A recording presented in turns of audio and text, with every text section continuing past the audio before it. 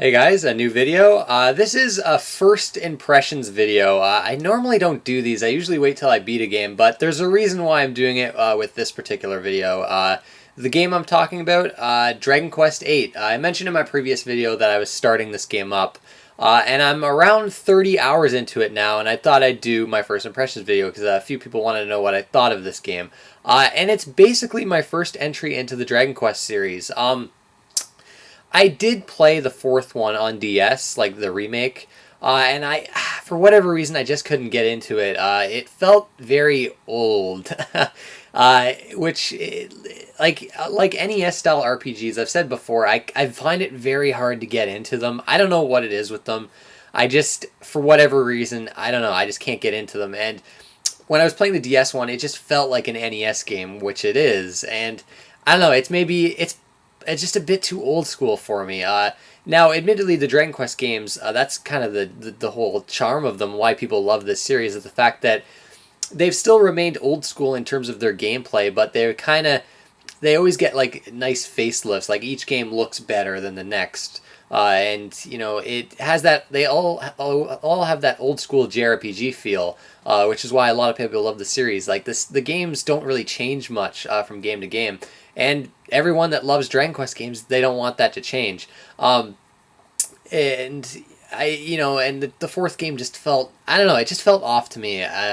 Like I don't know, and how it told its story by chapters. I personally, it's not really my preference, like a storyline done in that way.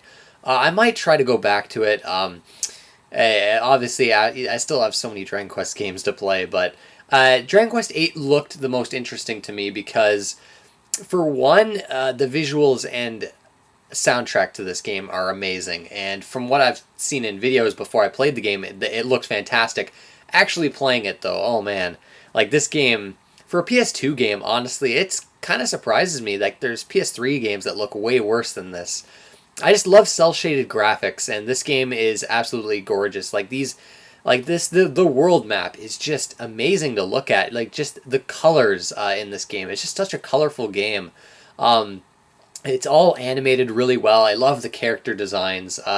It's just a really nice looking game. The soundtrack is stunning as well. It's orchestrated, which I'm not normally into.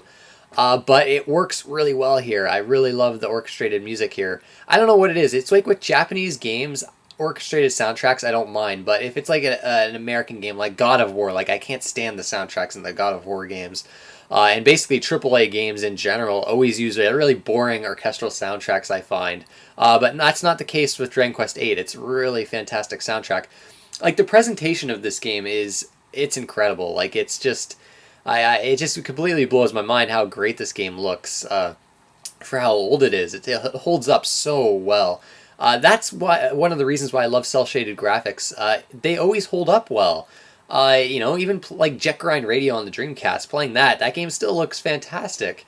Yet, like 3D polygon, polygonal games on the PS2 don't hold up so well. But yeah, a really great looking and sounding game. Gameplay wise, it's very traditional RPG. The battle system is menu based. You don't see your characters until after you've chosen your attacks for all your characters, and then they'll kind of go in and attack the enemy, and you see the animations and whatnot in the battle screen. But it's heavily menu driven. You get flashy battle animations, and it looks fantastic because the battle system is still using those the great cel shaded graphics. And the enemy designs are terrific. Tons of variety to them, and a lot of interesting attacks that the enemies will do. Like some enemies will just try to use attacks and then they don't have MP. A lot of enemies will miss. There's a lot of nifty kind of attacks from the enemies. I don't want to spoil a lot of them, but a lot of them made me laugh. Like this game's very humorous. The dialogue is very funny. I laughed quite a bit at this game. Which I'll talk about that within the story. Usually I talk about the story first. I don't know why I'm getting it to it last with this game, but so the battle system, it's fun. I like it. I don't love it. Maybe it's because it is kind of simple. I mean, there's a lot of options at your disposal rather. and each character kind of learns different moves the more levels they gain. And each level you gain, your stats increase and you get skill points. And you can put skill points into a certain weapon class for each character. So your main character can have, like, I think it's swords, spears, and a few others, and then like I don't know what they call it, but a skill at the bottom, which is like courage for the hero character. And you'll get different skills if you keep putting points into courage. Whereas you keep putting points into swords, your sword power goes up. Basically, if you keep putting points into swords and you equip a sword, you'll find that whenever you attack with a sword, you'll do more damage than if you used an axe. So I basically put all my points into a specific weapon for each character, and then that bottom skill, which gives them little bonus things. Like Jessica has like sex appeal, which will make, like, if you keep putting points into that, like sometimes enemies won't attack; they'll just stare at her when you get into battle, so you get free hits on the enemies. That kind of keeps things fresh. But other than that, it's your basic turn-based battle system. The one thing, though, I find with this game, a lot of times you can find yourself fighting like 8 enemies at once, and this game's random battles when you're walking around in the world map or in the dungeons. It's random battles, which that was disappointing to me. Anytime I see a game like even DSP on the PS2 and find it to have random encounters, it kind of disappoints me because, like, I'm just not a big fan of random encounters, I'll be honest. The encounter rate in this game is not really that high. It's just, at least in the early game, there's a lot of walking, and the dungeons are pretty big, too. So it doesn't, like, the encounter rate, it takes a while for you to run into enemies, but because you end up walking so long, the encounter rate feels a lot, smaller than it is. Overall, there's just a lot of battling in this game, and it does get tiresome after a while, I found, especially the long drawn-out battles, like I said, with the 8 enemies at once. Like, sometimes you'll just run into a battle, and it takes forever to get through it. I found myself, like, running away from battles that had a lot of enemies, which I know I really shouldn't be doing that, but I don't know, it's one of those games it's a fun game, but I never found myself able to play it for long periods of time. Like, I wouldn't call it an addictive game. And actually, believe it or not, my favorite parts of this game are the parts where you're not battling. When you're exploring the dungeons or exploring the towns, and getting to know the characters in the towns and figuring out what you have to do. It's got that old school JRPG feel in the sense that you're kind of moving from town to town. And every time you reach a town, something wrong is going to be happening with the town. Like in one castle, you have like a prince that needs to go through this initiation, this lizard initiation, and you got to kind of help him do that. And it's that character made me laugh a lot. But I love just the different kind of things you had to do every time you entered a new town. The pacing was quite good, I thought. The dungeons are fun too. A lot of walking in them at times, and they're maybe a bit maze-like, but they give you maps. But there's like very minor puzzles from what I've played so far. But that's good. If they were really like convoluted puzzles, I would have probably got really frustrated with this game. But you get like a ship that you can travel the world map on, like a boat. I don't know about an airship. Maybe perhaps later. You also get a mount. You got like a saber tiger mount that you can travel around on. And I kind of wish that came a bit earlier because that drastically reduces the encounter rate, and it lets you traverse the world map a lot faster. So I kind of wish they gave you that earlier. Like, it's like 20 hours into the game before you get that. But this world map is huge. Many continents. There's still a bunch of continents I haven't explored yet. But, it's the characters in the story. I'm going to mention those now, too. The story, basically, I really enjoy it, even though it's kind of a simple storyline. You're kind of like a guard for King Trode and his and the princess of Trodane Kingdom, and it gets like cursed, right, by this evil jester named Dulmagus. He's the main villain, and King Trode gets cursed and turned into a monster, where the princess gets turned into a horse. And the story starts with you basically as a guard, kind of escorting them around and trying to find and kill Dulmagus so you can get rid of the curse. He's the one that put the curse on this castle by getting a I think he gets like some kind of staff, like this really powerful staff. He steals it from Trodaine Castle, and that's basically your goal. So the storyline is simple itself, but I really kind of want to see this end because I want to see King Trode, and the princess get turned to their original forms, because King Trode is a fantastic character. I love him.